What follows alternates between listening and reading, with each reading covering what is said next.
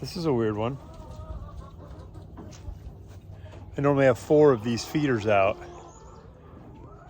This morning there's only 3 of them here. Where did the 4th one go? That is weird. I've never experienced that before.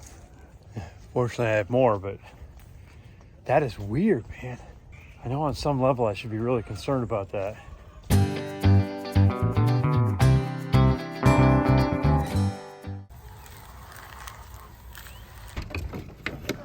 Good morning.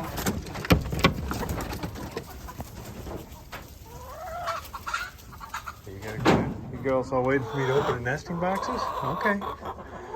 Okay, well, let's do it. Let's do it. Let's go over here. Well, I'm gonna open it. Here we go. I'm lifting it up. How'd you get in there?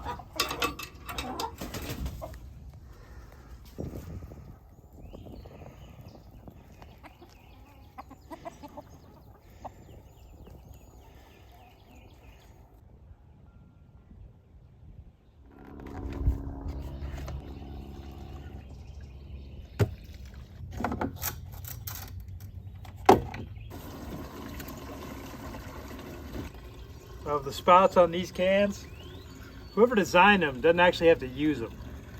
I gotta find a better way to put the fuel into the tractor too. I know they have these little like pumps that you can put into the diesel cans, like battery powered or hand powered. Just takes a long time to put 20 gallons in, so 4 of these into the tractor. And then the catch is that when the can reaches the point that it stops pouring, there's still stuff in here. I just got, blockage with handles and steel, and this is a pretty awesome position to be in the whole time.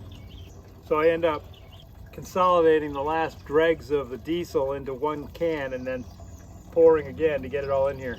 Well, how close it's gonna get. That's not bad. It's probably a quarter of a gallon.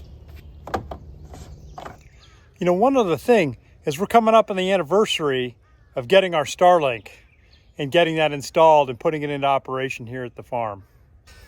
My feedback is that it's worked really well for us. We have 5 people here. If we have friends or other family here, it's more than that. We don't have a problem typically with lag from number of users on the system. It runs good. The only thing that stops or gets in the way is we'll have really strong thunderstorms, right? So when the rainstorms come through, and I mean it's just pouring buckets, that will block out the signal and we'll get disconnected from the satellite. That doesn't happen that frequently though, so it's not a big deal. The range of the router and the Wi-Fi who's majiggy there is it's really good. I can be walking around the open part of the property, kind of in all directions, and I'll get a signal. When I get into the other house here, it sort of breaks down a little bit and I don't have really a signal in there. But eventually what I'll do is I'll figure out how to do a repeater, something to like a range extender. And I'll probably put it up on top of the pole barn once we get that going. So that'll have signal for the barn, for this house, for further out into the pasture that we're going to be opening up out that way, just to try and cover down and give us more space. But honestly, I have no complaints. The only thing we've seen is that the price has gone up a little bit for a monthly rate. So Starlink send out a notice that if you're in an area of like low demand for the signal, that your rate would drop from, it was 110 a month, so your rate would drop from 110 to like 90. And if you're in an area of high demand, then your signal will go, your cost will go up to 120 a month. They declared that we're in a high demand area.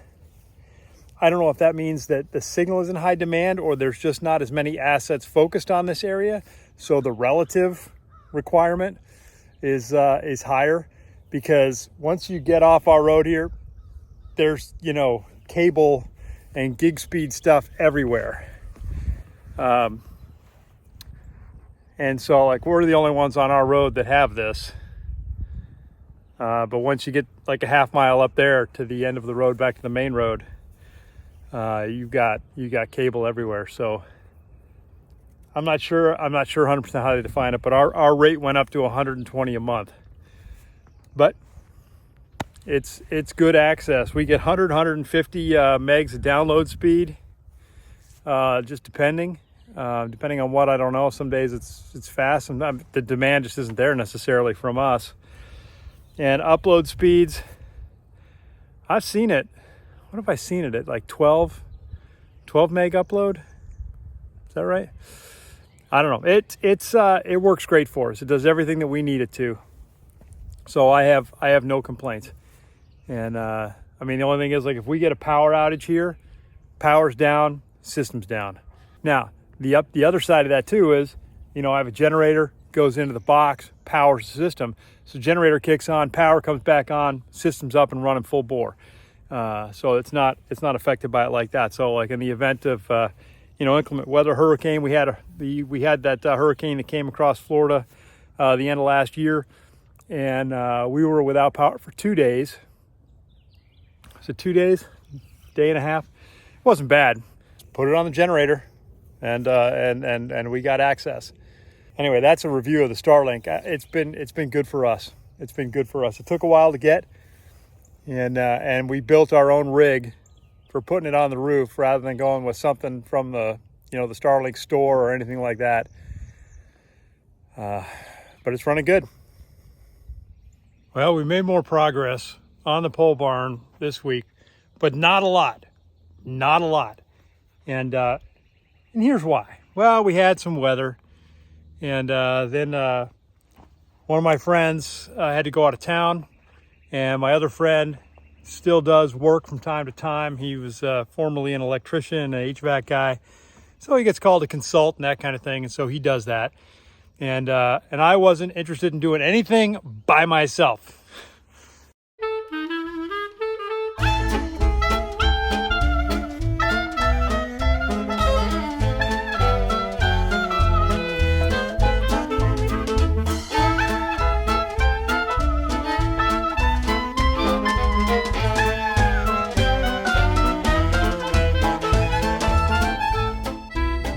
All of our trusses are not bad, except for the fact that in the middle still, they all pooch that way a little bit.